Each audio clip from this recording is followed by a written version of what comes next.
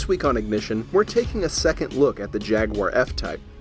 Kim Reynolds drove all three variants of it earlier this year and performed all the necessary mental gymnastics in describing how the F-Type works or doesn't need to work as the successor to the E-Type. Thanks, Kim. What we're going to do this week is find out how fast it can go and how big it can slide.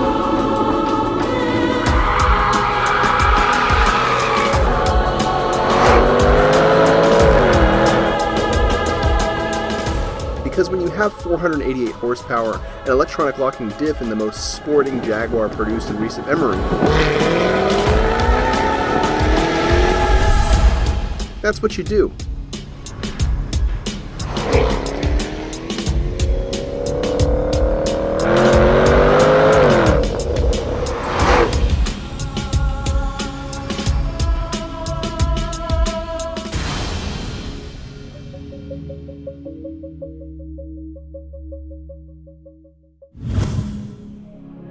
The figure-8 performance was what you'd expect from a modern Jag.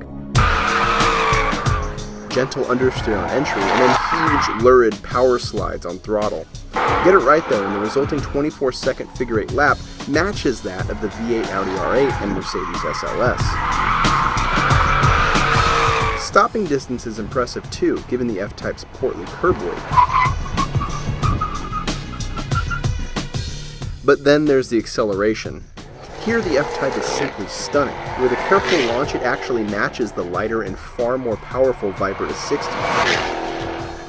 It's slower to the quarter mile, of course, but not by much. And the ease of the launch and the ease of shifting means the Jag might be faster in the real world, too.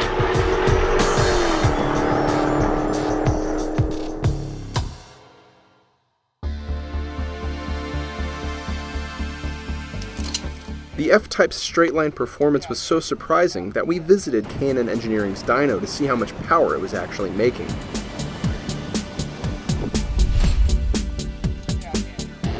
This engine, being a supercharged V8, makes torque quick and early, and it doesn't relent.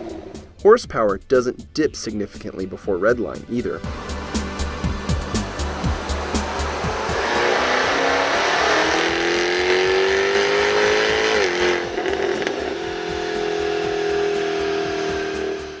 More impressive, but not as surprising, is the shape of the curves. There, it put down 447 horsepower and 405 pound-feet of torque, indicating that the Jaguar might just be slightly underestimated.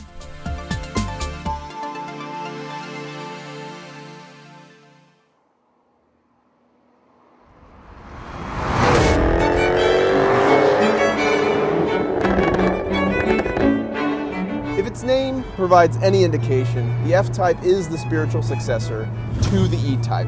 And talking about the F-Type, it's hard to not mention the E-Type because that, of course, is one of the most beautiful cars Jaguar has ever made, and it's one of their most iconic cars, too.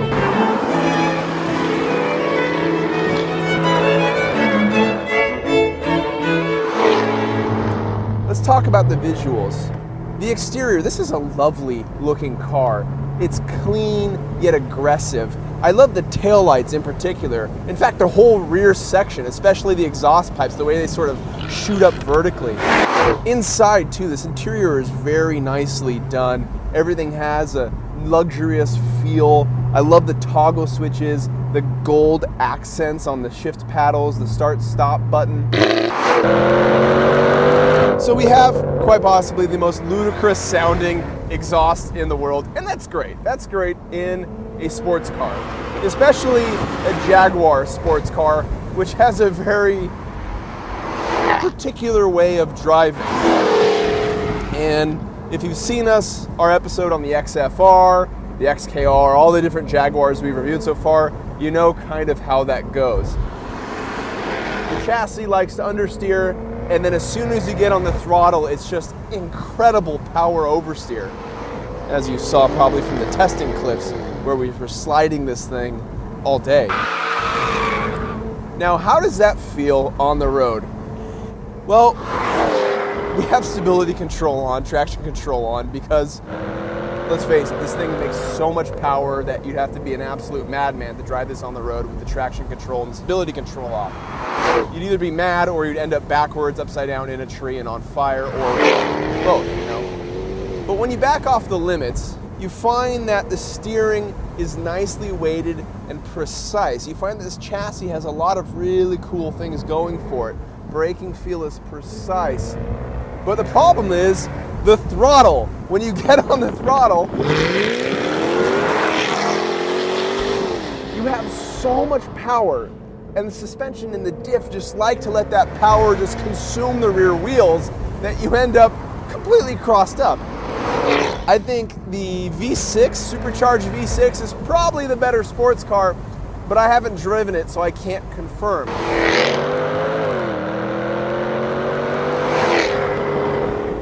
You notice that the F-Type is bigger than it seems, which is interesting. You sit taller in this car than you do in a Cayman or a Boxster. This car is wider than those cars as well. This is about the width of a Camaro, and you sense that on the road or when you're trying to park it. But then you get on the gas and you think, oh, none of that stuff matters. This is a brawny, muscle-bound hell of a roadster.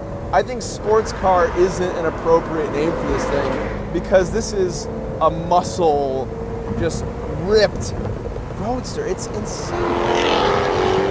I have so much fun listening to the exhaust, just listening to this crackle and pop and boom, that the rest, everything else is just sort of secondary.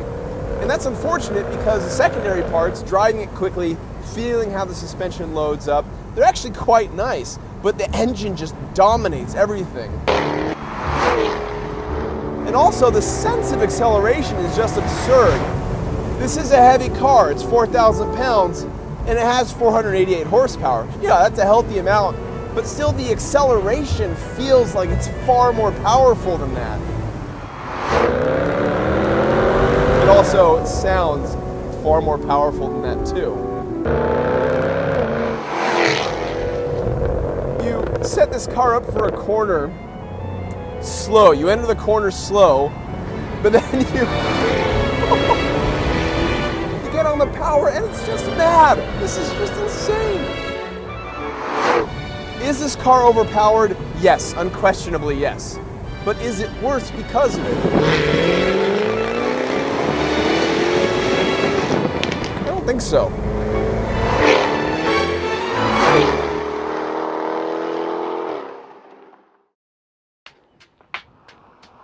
The F-Type is certainly more muscle-bound and rougher than a comparable Porsche, and less clever.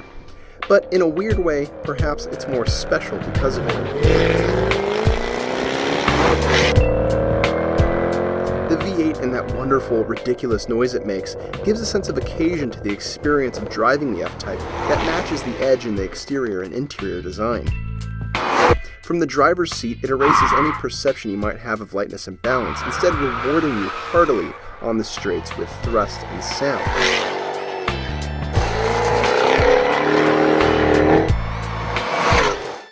Is the engine too much for this car? In every way you could hope.